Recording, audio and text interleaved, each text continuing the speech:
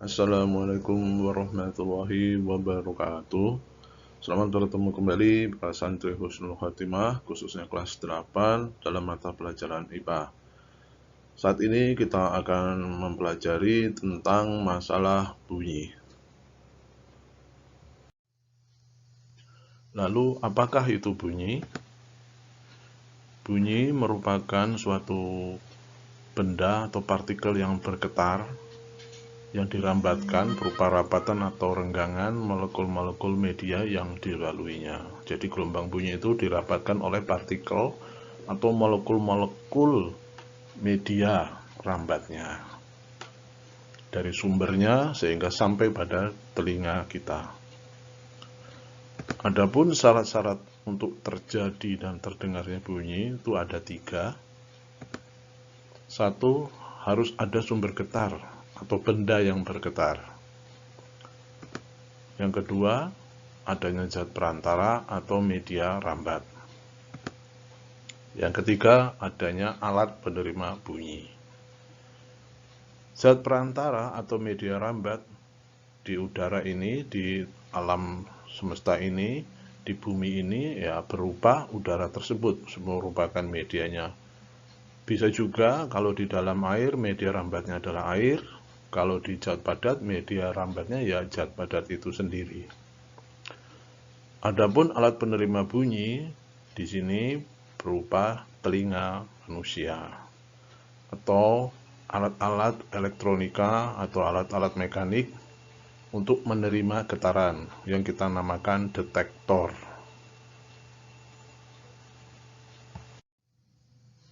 Sekarang akan kita bahas cepat rambat bunyi. Ternyata bunyi di udara itu mempunyai cepat rambat yang berbeda-beda. Di antara zat yang ada di bumi, zat gas, zat udara, dan zat padat, cepat rambat terbesar itu ada pada zat padat. Adapun untuk menghitung cepat rambat bunyi, kita memakai rumus seperti menghitung gerak lurus beraturan. V di sini melambangkan cepat rambat bunyi, dan S ini jarak, dan T ini waktunya. Atau dengan rumus yang lain, V sama dengan lambda kali F. Sama saja hasilnya. Jadi bisa memakai dua rumus ini. Rumus yang pertama, ini rumus yang kedua.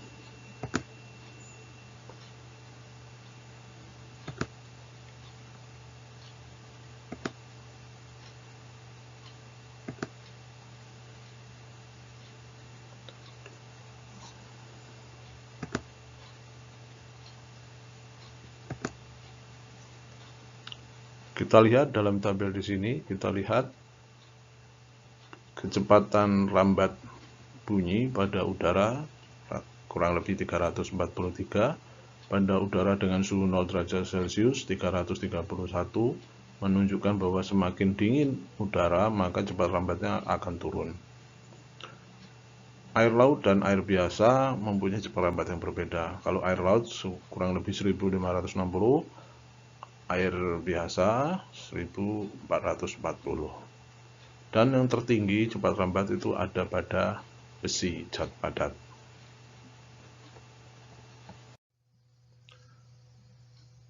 Bunyi yang ada di alam semesta ini mempunyai frekuensi yang berbeda-beda.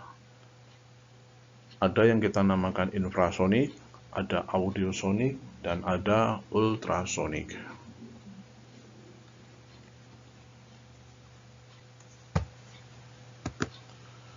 Pertama, kita sebut infrasonik, di mana bunyi ini mempunyai frekuensi kurang dari 20 Hz. Frekuensi ini tidak dapat didengar oleh telinga manusia, tetapi ada beberapa hewan yang dapat mendengar frekuensi ini.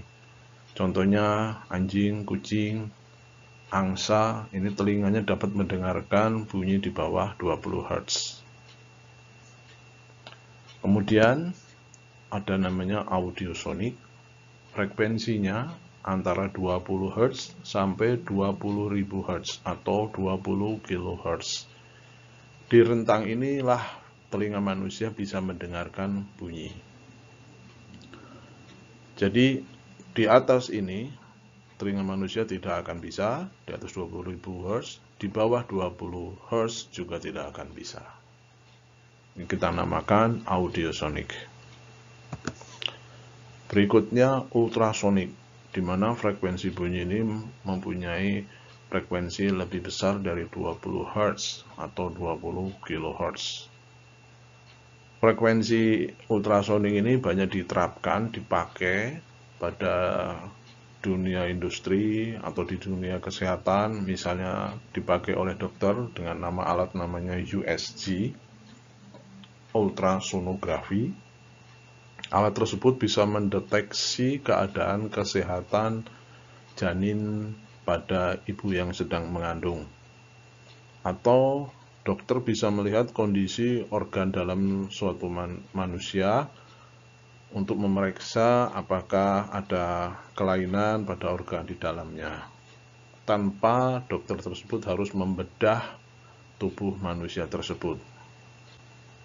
Kemudian di dunia teknik, di dunia industri, frekuensi ultrasonik ini dipakai pada alat untuk mendeteksi cacat atau retak suatu logam yang tebal, tanpa harus merusak alat tersebut, tanpa harus menggergaji alat tersebut, tanpa harus memecah benda tersebut, yaitu dengan namanya alat NDT, non-destructive test.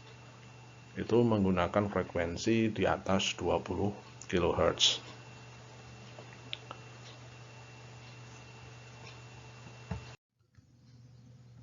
Selanjutnya akan kita bahas tentang hukum Mersenne. Di sini hukum Mersenne ini biasanya diterapkan pada alat musik dawai atau gitar yang kita suka lihat saat-saat ini.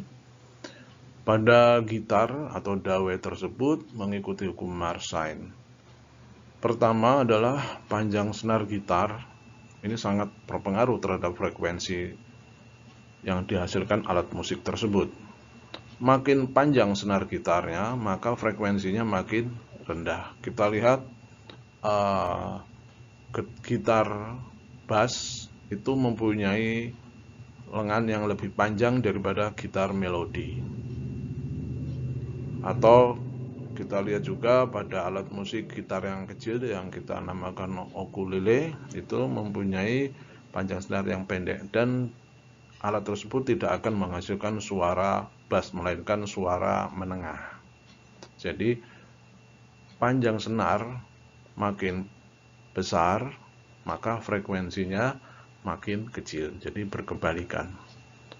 Kemudian frekuensi yang dihasilkan suatu gitar tergantung juga kepada tegangan senar. Makin tegang senar tersebut, frekuensinya makin tinggi, makin melengking suaranya.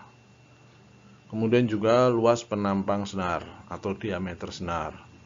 Ini juga berkebalikan dengan frekuensi yang dihasilkan.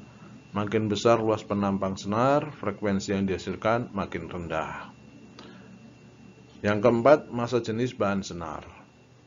Jadi berkebalikan juga, makin padat zat tersebut, makin besar massa jenis bahan tersebut, maka frekuensi yang dihasilkan akan semakin tinggi. Makin rendah massa jenis suatu bahan, maka frekuensinya yang dihasilkan akan semakin rendah. Contoh, kita lihat pada senar gitar yang terbuat dari baja atau logam mempunyai frekuensi yang lebih tinggi daripada senar gitar yang terbuat dari plastik atau polyvinyl chemical atau PVC. Dia akan mempunyai frekuensi yang lebih rendah.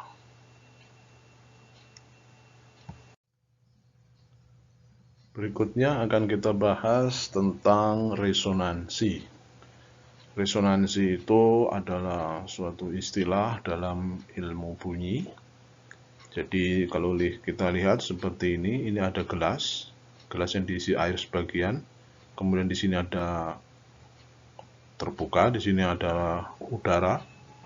Maka Kalau di sini ada garpu tala yang digetarkan kemudian didekatkan di permukaan mulut gelas ini, maka suara yang dihasilkan oleh kolom udara tersebut akan berbeda-beda tergantung dari panjangnya ini.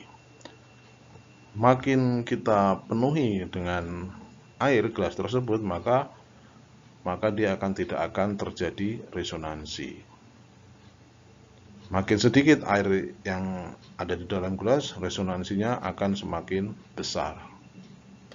Prinsip ini bisa dipakai pada contoh adalah lorong-lorong yang panjang.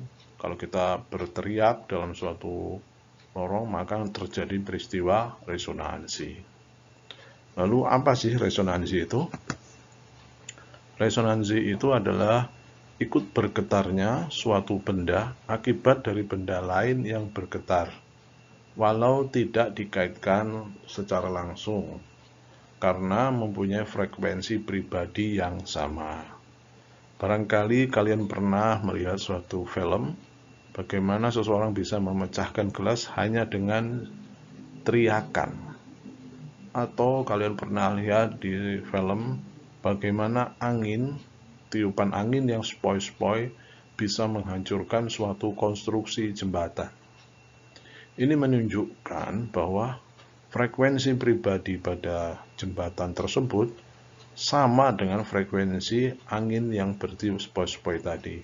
Sehingga jembatan yang harusnya tidak boleh bergetar, jembatan yang harusnya kaku, karena mendapat tiupan angin yang sepoi-sepoi dan frekuensi pribadinya sama dengan frekuensi pribadi dari jembatan tersebut, maka jembatan tersebut akan bergoyang dan akan bergerak. Kalau jembatan tersebut bergetar, maka yang terjadi jembatan tersebut akan ambruk. Demikian juga ada seseorang yang bisa memecahkan gelas dengan teriakannya. Orang tersebut berusaha mencari frekuensi pribadi dari gelas. Maka apabila frekuensinya tepat bertemu, maka gelas tersebut akan bergetar dengan sendirinya tanpa orang tersebut menggetarkan. Sehingga gelas tersebut, partikel-partikel di dalam gelas akan bergetar dan akhirnya gelas tersebut bisa pecah. Lalu apa manfaatnya kita belajar resonansi? Kita lihat sekarang, pernah kalian lihat namanya beduk, kalian bisa lihat toa, kalian bisa melihat alat musik piano, organ. Itu di dalam alat-alat tersebut mempunyai kolom-kolom resonansi. Panjang kolom resonansi ini akan menentukan frekuensi yang dihasilkan. Berikut adalah rumus untuk menghitung panjang kolom resonansi. L sama dengan setengah lambda dikali 2n-1. N ini adalah jumlah resonansi yang terjadi. Lambda ini adalah panjang gelombang bunyi. N adalah jumlah resonansi yang terjadi ke berapa. Apabila hanya diinginkan terjadi satu kali resonansi, maka N-nya 1. Apabila kita inginkan terjadi resonansi yang kedua, maka N ini kita isi dengan angka 2 dan seterusnya.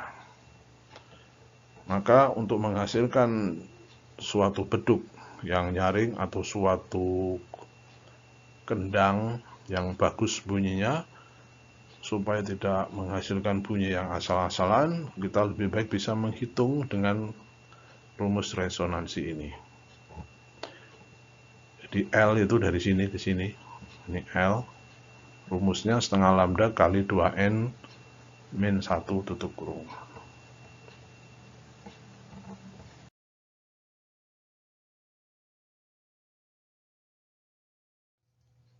Selanjutnya akan kita bahas tentang pemantulan bunyi. Ini kalian bisa lihat ada seseorang yang berteriak di tepi jurang, di tepi lembah, dan ada gunung, dan ini jaraknya cukup jauh. Maka kalau orang tersebut berteriak, maka Beberapa detik kemudian teriakan tersebut akan memantul. Menurut Snellius, bunyi dipantulkan mengikuti hukum sebagai berikut. Ini apabila ini ada bidang pantul, kemudian ini ada garis maya, garis normal, garis hayal, garis semu lah. Kita namakan garis normal, sifatnya tegak lurus terhadap bidang pantul. Maka apabila ada bunyi datang, ini gelombang datang, maka gelombang bunyi tersebut akan dipantulkan. Yang mana rumusnya, hukumnya, di mana sudut datang sama dengan sudut pantul. Ini nilainya selalu sama. Berikut ini adalah salah satu pemanfaatan pemantulan bunyi. Sebetulnya banyak teknologi pemanfaatan pemantulan bunyi, tapi di sini akan kita bahas salah satu saja, yang mana ini kapal tersebut akan mengukur dalamnya laut. Jadi kapal tersebut memancarkan gelombang bunyi, kemudian sampai di dasar, kemudian bunyi dipantulkan kembali dan diterima. Selang waktu inilah yang menjadikan untuk mengetahui dalamnya suatu lautan. Untuk menghitungnya kita bisa memakai rumus seperti ini. S sama dengan cepat rambat bunyi di air kali waktunya dibagi 2. Kenapa dibagi 2? Karena terjadi gelombang bunyi yang pulang pergi. Jadi ini gelombang datang dan ini gelombang pantul. Maka dari itu ada 2 kali perjalanan, maka S di sini kita bagi dengan 2.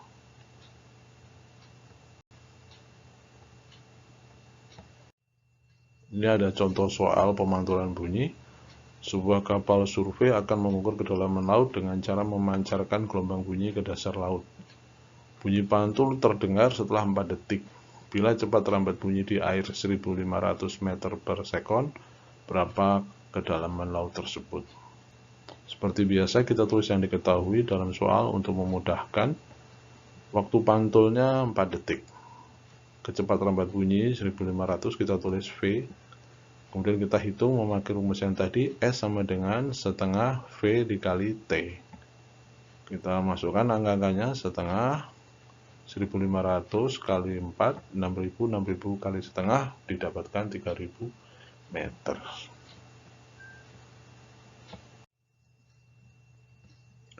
Berikutnya jenis-jenis bunyi pantul.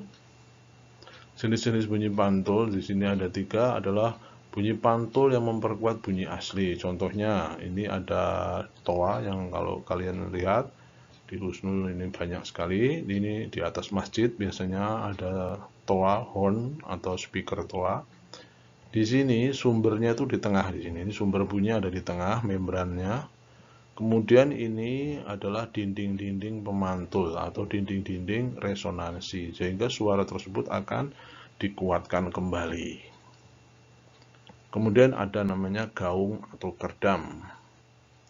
Gaung atau kerdam ini terjadi apabila jarak dinding pantul tersebut berada dari sumber bunyi kurang lebih antara 40 meter sampai 150 meter. Contoh misalnya bunyi asli yang disuarakan adalah pemantulan. Kemudian sebelum kita selesai mengucapkan kata pemantulan, ini kata suku kata pe muncul kembali. Jadi pemantulan.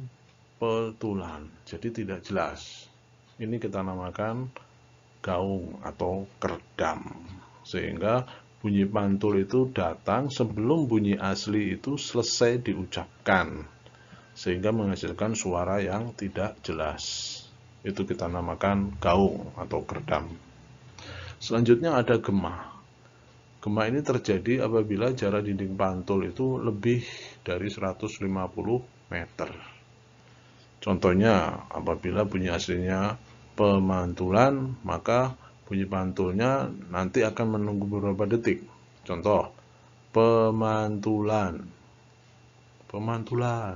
pemantulan, pemantulan. Nah, seperti itulah contohnya. Jadi, bunyi pantul itu terdengar setelah bunyi asli selesai diucapkan. Jadi itulah bedanya gema dan gaung. Kalau gaung, bunyi asli belum selesai diucapkan, bunyi pantul sudah datang. Kalau gema, bunyi pantul datang setelah bunyi asli selesai diucapkan.